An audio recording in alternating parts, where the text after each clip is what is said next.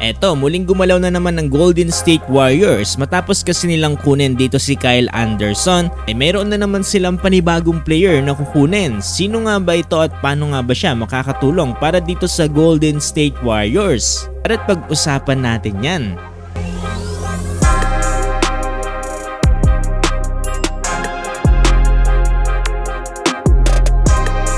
Ayon mismo dito sa nailabas sa report ni Adrian Woj ay nag-agree nga ang free agent na si Buddy Hield dito para sumali sa Golden State Warriors sa sign and trade deal for 2 years na nagkakalaga ng $20 million. Makakakuha ng $18 million itong si Buddy Hield sa kanyang first 2 years dito nga sa Golden State Warriors at $3 million naman para sa kanyang partial guarantee kanyang huli at ikatlong taon dito nga para sa Warriors. Bukod pa dito ay meron din siyang player option on non-guaranteed 4th year deal. Kasama din dito sa package ay magpapadala dito ang Golden State Warriors ng isang second rounder pick dito nga via Dallas. Itong 2023 to 2024 NBA season ay nag-average itong si Buddy Hield ng 12 points, 3 rebounds and 2 assists, shooting 43% from the field. Actually, ayon sa kwento-kwento, ayon mismo dito sa nailabas sa Bleacher Report, ay hindi lamang ang Warriors na nagkaroon ng interest para dito kay Buddy Hield.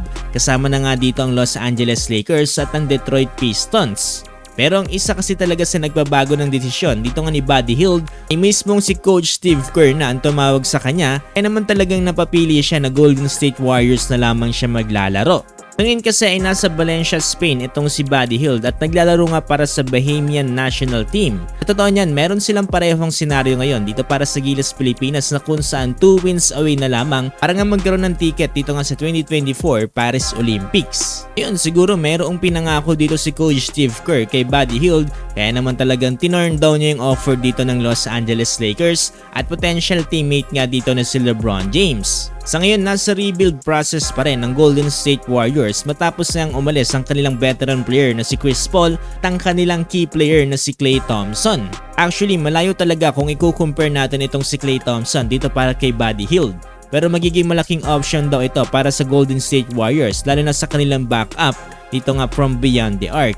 So far, habang kaliwat kanan ng ginagawa ngayon dito ng Golden State Warriors sa pagpili ng kanilang mga players ay tahimik pa rin ngayon dito ang Los Angeles Lakers dito nga sa kanilang koponan. Ano ba naman kasi halos kaliwat kanan na ang ginagawang offer dito ng Los Angeles Lakers pero wala pa rin silang nakukuwang mga players. Kahit na pareho at higit pa yung mga offers na ibinibigay nila sa mga players, pilit pa rin silang iniiwasan nito.